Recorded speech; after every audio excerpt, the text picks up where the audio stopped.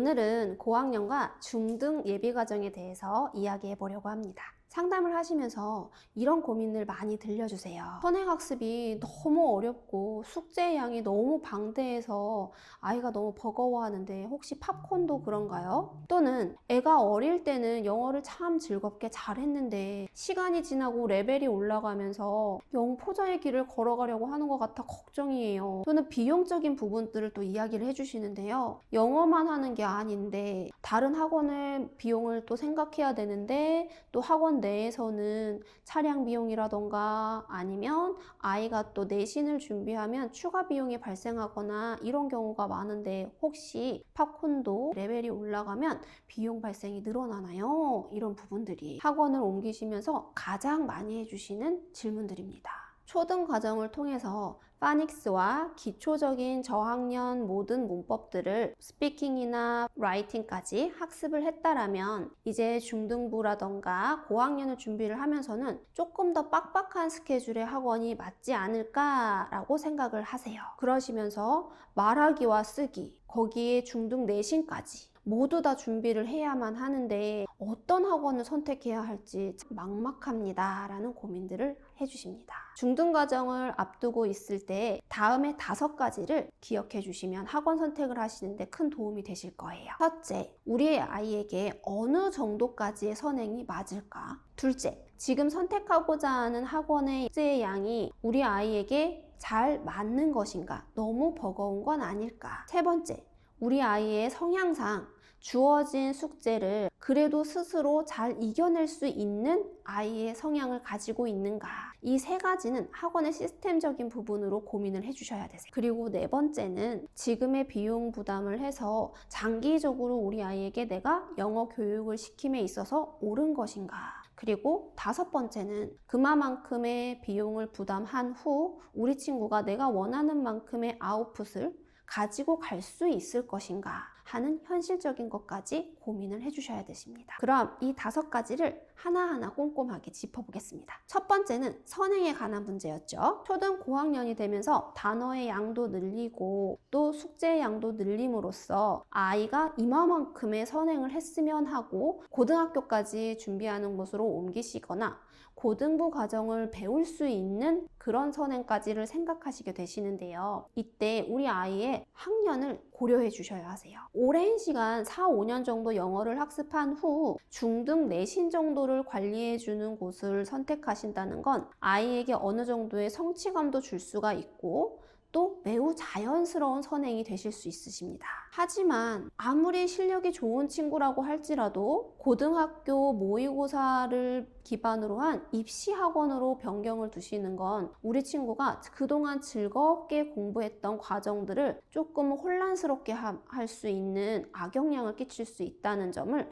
반드시 기억해야 하세요. 아무리 아웃풋이 좋은 친구라고 할지라도 초등학교 5, 6학년에 있는 친구들은 아직 초등학생이기 때문에 3년 이후의 선행은 친구에게 부담으로 작용할 수 있으세요. 과도한 선행학습이 주어졌을 때 오히려 영어에 대한 흥미를 떨어뜨려서 영포자로 갈 수 있는 지름길이 될 수 있다는 점을 반드시 기억하셔야겠습니다. 우리 아이의 학년을 충분히 고려하셔서 친구에게 알맞은 선행이 될 수 있는 학원을 선택하시는 게 첫 번째 목표가 되세요. 두 번째는 숙제의 양입니다. 단어가 이만큼 늘어나고 숙제의 양이 훨씬 지금의 2~3배로 늘어난다고 생각했을 때 우리 친구가 이만큼의 결과물을 얻어낼 수 있을 거야 라고 생각하는 건 논리적으로 옳습니다. 하지만 영어 학원만 다니는 것도 아니고 학교의 숙제라던가 다른 과목에 대한 학원 숙제까지 겹쳐졌을 때 우리 친구가 이것들에 대한 숙제를 그래도 너무 큰 부담 없이 해결할 수 있을 것인가를 고민하셔야 되세요. 누구네 학원은 하루에 단어를 몇백 개 외운다던데 누구네 학원은 숙제를 1~2시간 이상은 해서 공부하는 것 같아 좋다고 하던데 내 아이는 숙제의 양이 너무 적은 거 아닌가? 또는 단어의 양이 너무 적은 거 아닌가? 하는 불안함에서 오시는 기우이신데요. 마치 이와 같은 양을 진행하는 학원이 우리 친구에게도 반드시 이루어져야 될 것 같다라는 압박을 받으실 수 있으세요. 하지만 아이의 스케줄을 고려했을 때 그와 같은 것들이 이 친구에게 앞으로 중등과정을 적응해 갈 수 있는 정도의 과업인지는 냉정하게 판단하셔야겠습니다. 그리고 세 번째 같은 경우는 어느 정도의 시간적인 여유도 있고 아이도 처음에는 하겠다 라고 해서 숙제의 양도 많고 내신 준비를 넘어선 모의고사까지 봐주는 학원으로 옮기는 경우가 있으신데요. 그동안 우리 친구의 학습 스타일 잘 생각을 해 두셨다가 이게 장기적으로 이 친구가 큰 어려움 없이 스스로 그 문제들을 해결할 수 있는 친구인지를 고민해 주셔야 해요. 처음에는 호기롭게 시작하는 경우도 많아요. 그래, 이제 내가 중학생이 됐으니까 하루에 200~300개의 단어는 외우자. 이 정도 공부는 하자 생각을 하고 시작을 하는데 아직 준비가 되지 않았기 때문에 중등 모의고사에서 나오는 어려운 단어라던가 문제들을 해결하는 것들이 버거워지기 시작해요. 그러면 당연히 사람인지라 하기 싫다라는 마음들이 자라나면 영포자로 가는 또 다른 지름길을 밟을 수 있는 경우가 생깁니다. 친구가 여유가 있더라도 그동안의 숙제의 양을 고려하셔서 차츰차츰 늘릴 수 있고 차츰차츰 적응해 갈 수 있는 그런 학원을 선택하셔야 되세요. 이렇게 세 가지는 학원의 시스템적인 부분으로 어느 정도까지의 선행을 하는지, 그리고 숙제의 양은 얼마나 하고 이 숙제를 우리 아이의 성향에 비추어 보았을 때 과연 잘 이끌어 갈 수 있는 성향의 아이인지, 이 세 가지가 가장 기초적으로 학원 선택에 고민을 보셔야 될 부분이십니다. 그리고 나머지 두 개는 비용적인 부분이에요. 그래서 네 번째는 학원의 비용적인 부분을 이야기를 먼저 나누도록 할게요.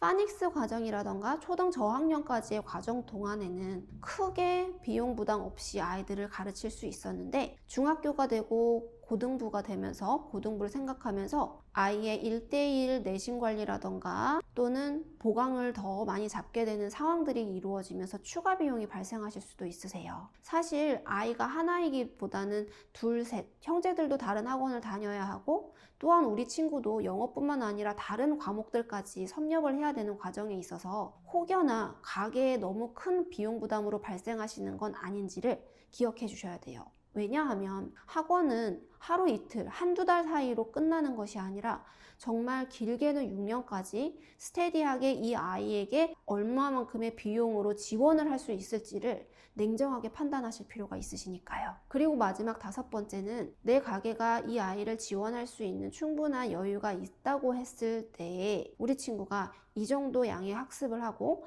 내가 이 정도의 비용 부담을 해서 친구를 학습을 시켰다라는 전제를 두었을 때 대학에 가거나 고등학교를 졸업했을 때 내가 원하는 만큼, 아이가 원하는 만큼의 아웃풋이 나올 것인가 하는 고민입니다.